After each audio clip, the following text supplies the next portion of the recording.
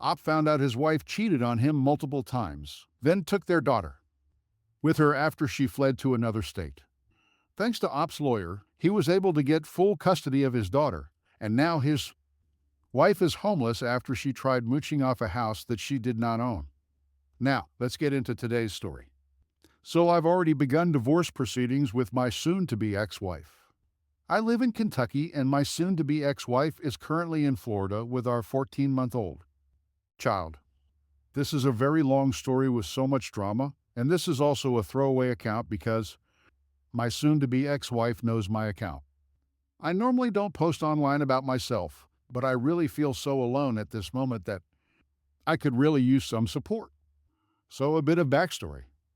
When I was 18, I was in an abusive relationship with a woman, and we had a child together despite using birth control.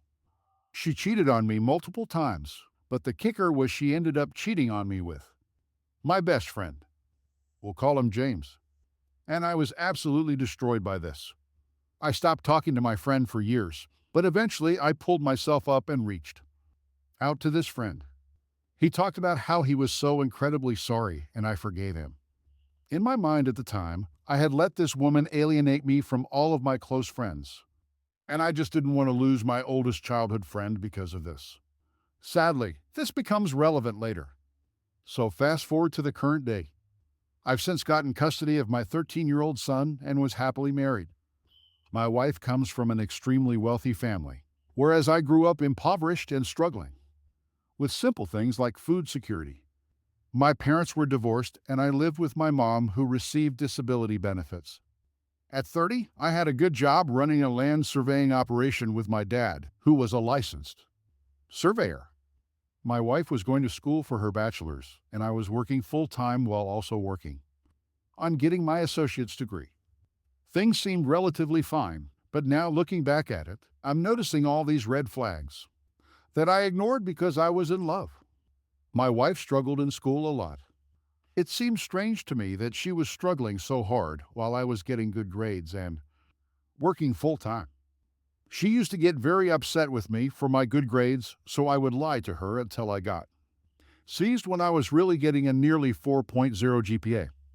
I would try to encourage her and help her with homework, but this eventually led to me just doing her homework for her because she was too paralyzed to do it herself. When COVID hit, my job suffered and I began making less money.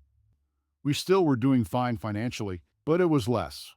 Even though she was on birth control, she got pregnant and we had a child together.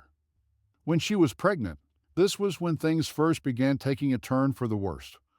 Her dad died of COVID about 2 months before our daughter was born, and there was a lot of grief and mourning.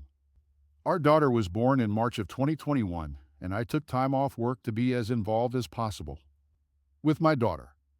I really wanted to have a strong bond with her, so I took months off, and when I did return to work, it was only part-time. My wife was suffering from postpartum, and I had read online that the best thing to do when your partner is suffering from postpartum is to help as much as possible, so I did. I would routinely do things for my wife like make her breakfast in bed, and I took great care of my daughter. My wife has always been awful at doing chores.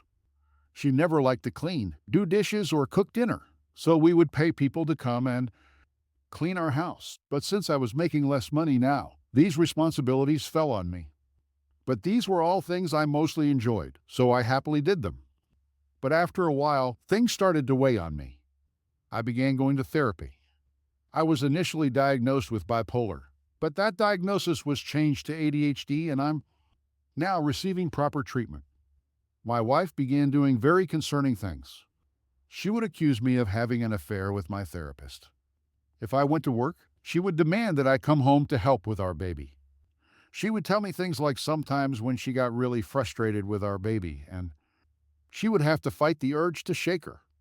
I couldn't believe these things, and I was scared. She was becoming much angrier than usual, which she's always been one to have anger issues, but things were getting, well, bad. There were several instances where she would do something downright horrible in front of my family and son, and I would have to apologize on her behalf and try to mend relationships. But going into detail on those would make my already very long story even longer. So problems came to the surface in July of 2021 when I woke up at 4 in the morning and she was screaming at our 4-month-old and rocking her, in my opinion, too hard to go to sleep because she was crying. I sat straight up and told her to give me our baby and I would take care of her. My wife then got kind of sheepish like she was just caught. I told her she was scaring our child and she needed to give her to me. She did, and then she went to sleep. I took care of the baby and laid her back down, but I couldn't go back to sleep. I was really struggling to come to terms with what just happened. I went to work that day, and when I came home, she wanted to confront me and defend herself. And I would just tell her that I couldn't talk to her at that moment. I just wanted to take a shower and take my dog to his vet appointment, and we could talk about it later. She followed me around, and I kept asking her to just leave me alone. I ended up going outside, and she followed, yelling at me. I told her that she had anger issues, that she didn't care about anyone but herself, and needed to act better. She stepped forward and slapped me hard. I didn't hit her back or anything. I just kind of slumped and said, "Look what you've done now." Then I went upstairs and sat on the toilet, kind of crying but mostly in shock. She followed me up the stairs, and I remember this very clearly because she never apologized. She was just trying to explain how she got so defensive and how what I said just made her so angry because it was similar to her abusive parents. I couldn't believe she wasn't apologizing and instead was defending herself. I didn't take my shower or anything, and I just left to take our dog to the vet. While I was at the vet, she contacted some of my family to take her to a mental hospital so she could get treatment. When I got back, she was gone, was headed to the hospital, and she was just texting me, telling me how sorry she was. She got diagnosed with postpartum, and it took time, but I tried my best to forgive her and be understanding. When she got back, things were somewhat normal for a bit, but after about 3 days, she asked me why I seemed withdrawn, and I just said something along the lines of, "Well, it's hard for me to cope with the fact that you hit me." She started telling me that years ago I threw a hairbrush at her and she forgave me for it. I don't remember ever doing this, but all of a sudden this was being brought up and I would have to apologize for it to placate her, even though I didn't remember doing it. Now I'm understanding that it never happened. Well, a few months later, her stepmother in Florida was diagnosed with lung cancer and offered to buy us a $400,000 house in Florida. Now I live in Kentucky, so we would have to move down. It was exciting because my old friend James lived in Florida now as well, and I would be able to see him again. We bought the house, but things became troublesome with negotiating the move with my 13-year-old son's mother, and I completely understood her point of view. I began reconsidering the move, not wanting to give up my son. My wife began telling me that it's up to my son who he wants to live with, and if he wanted to live with his mom instead of us, that's his choice, and I needed to give him that option. I was resistant to this at first, but she told me her mom and then her therapist agreed with her, and so eventually I conceded and gave him the option of coming with us to Florida. We're staying with his mom. He said he didn't want us to move, but if we did, he would want to stay with his mother. Up here, things got weird after he told me that my wife got extremely upset and began yelling at him through the bathroom door while he was using the bathroom. He went upstairs and secluded himself to his bedroom. I felt terrible, and then my wife begins blaming it on me, saying she never told me to give him that option. She insisted that she never said anything like that, and I eventually just gave up. So things kind of settled down for a bit, and my wife barely managed to get her bachelor's degree. She got in trouble for plagiarism, so afterward, I was writing papers for her more and taking her tests. She graduated with around a 2.4 GPA. She also began taking Prozac, and she said it would help with her anger issues, and to be honest, I thought that she was improving. We began making a lot of plans since the business was slowing down here, and my father began working on getting his land surveying license in Florida. He ended up landing a pretty decent job, with his first day being May 16th. We all went down to Florida at the end of March, and my father, son, and I came back up to let my son finish out the school year while my wife stayed in Florida with our 1-year-old daughter so she could visit her elderly stepmother with cancer, because she probably Doesn't have too much time left. Again, things seemed relatively fine. I thought my wife was in love with me, and I was in love with her. I was willing to give up my son to let her be closer to her family. My dad and I quit our jobs up here at the beginning of May, and he began prepping himself to go down there. He was going to stay with us for a little bit until he sold his houses up here so he could buy the empty lot next to our Florida home and build himself a house. My dad got down to Florida on Friday, May 6th, and on Saturday, May 7th, my wife calls to tell me that she doesn't love me anymore and that she hasn't loved me for a long time. I'm devastated at this point. I cry a good bit, but I got the impression that my wife was enjoying it, and it was slightly off-putting. She and I had been together about 6 years, married for 3 of those years, and it seemed hard to swallow.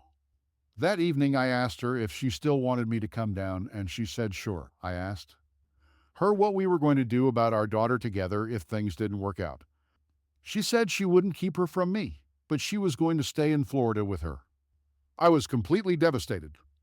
I reached out to friends and family, and they were pretty supportive. Turns out my wife had been having an affair and had texted a friend about it, which she screenshotted and sent to me. I immediately contacted a lawyer to see what my legal rights were and began divorce proceedings. My wife on Tuesday, May 10th, allowed our daughter to get into her psych meds, and she had to contact, poison, control, and rinse her mouth out.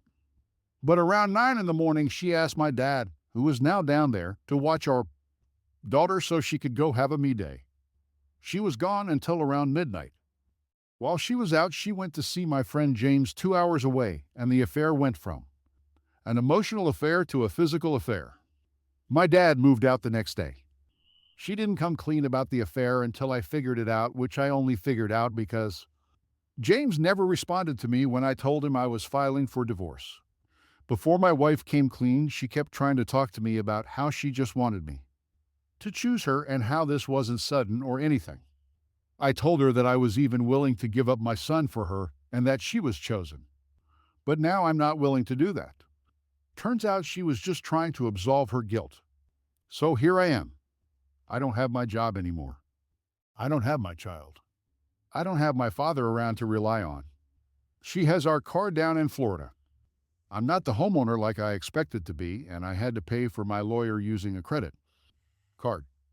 There is a silver lining, though, and that is due to the laws regarding child custody. The state that determines the custody of our 14-month-old daughter is Kentucky and not Florida. So she has to go to court and try to convince the courts to let her move with our daughter down to Florida. Meanwhile, my lawyer seems fairly confident that we can get sole custody. My soon-to-be ex-wife is wanting to work things out, and I'm just not talking to her at all. She keeps saying that she never wanted a divorce and that I went too far. She since reached out to my dad and told my dad that if we work things out, I have to remove my name off the deed to the Florida home. So the ownership is entirely hers. That her mother will always hate me because I'm a terrible person, but she just wishes I would come to Florida so we can work things out. She refuses to come back to Kentucky unless I drop the divorce proceedings. I have no intention of working things out. The worst thing about all this is that I can't bring myself to cry. I want to cry so badly, but when I do, I just feel guilty for letting myself fall into this situation. If I hadn't reached out to James, then perhaps my wife would have never cheated like she did. What's worse is that I know she did it to hurt me. She knew about mine and James' history and picked the one person in the entire world.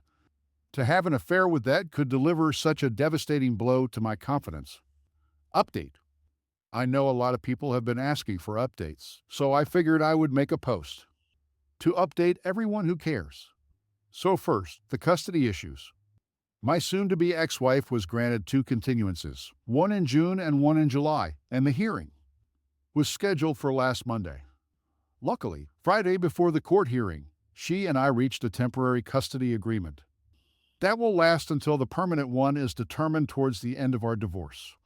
Essentially, my daughter is going to be spending a month with me and then a month with her. We'll be exchanging her at the airports. This is beneficial to me. Since she had delayed the court hearing twice, it would now be difficult to claim she's an unfit mother in a custody hearing. Since we had no custody agreement prior, her moving away is not in violation of any custodial arrangements. So, in order to have my daughter move back to Kentucky, I would have to prove that I should be awarded primary custody. It wasn't impossible, but it was a bit of a long shot. Now, when permanent custody is being determined, she and I already have 50-50 custody established. And as long as there are no incidents while she's staying with me, we'll be on equal footing for when the primary custodian is determined. I told her that if she wanted to stay in Florida until our daughter is older and going to school, or her stepmother passes away, I would agree to it as long as she agreed to move back here.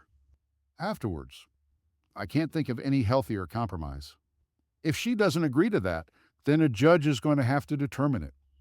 Also, and most importantly, I get to see my daughter. I'm so excited. One point, I have a very good job now. It's a government job, and I work in the engineering department. I'm really happy there. The pay and benefits are all better than my previous job. I feel like they're very appreciative of me.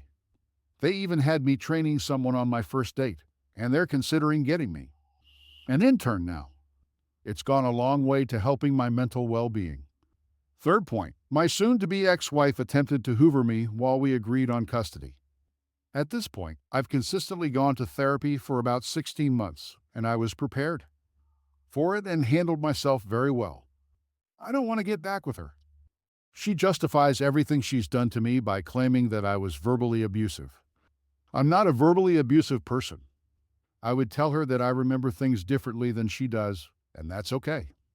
I definitely had people-pleasing tendencies during our relationship and an insecure attachment style, but I've made a lot of effort to overcome this. I'm not one to let my anger get the best of me. Now, I'm having no problem establishing boundaries with people, and it's made my entire life much better. I'm no longer even interested in a reason why she did such terrible things to me. I used to try and make sense of things, but you can't make sense out of nonsense. For a while, in June, I was very distraught because I would dwell on it. I would find myself thinking, no matter how long I live, I doubt anybody will ever do something so awful to me again. I voiced that to my therapist a couple of times, and she would always tell me that at least I got it out of the way when I was 33 years old, rather than having it happen 20 years from now.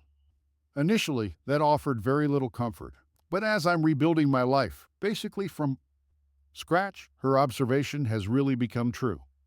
I feel like I can basically handle anything life throws at me because I've already gone through hell and came back, not only alive, but a much better person than I used to be.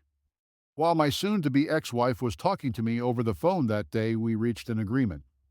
She asked me why I didn't try to reconcile. I told her reconciliation is a privilege given by the betrayed spouse, and that to me. I would have considered reconciliation if I had seen her make efforts to reconcile. The first one being that she either had to come back up here or cut off ties with her a fair partner. She did neither. She told me her and James were no longer seeing each other. I asked her when she stopped seeing him. She asked, "Does it matter?" I said it didn't matter. I don't want to reconcile, so I actually don't care.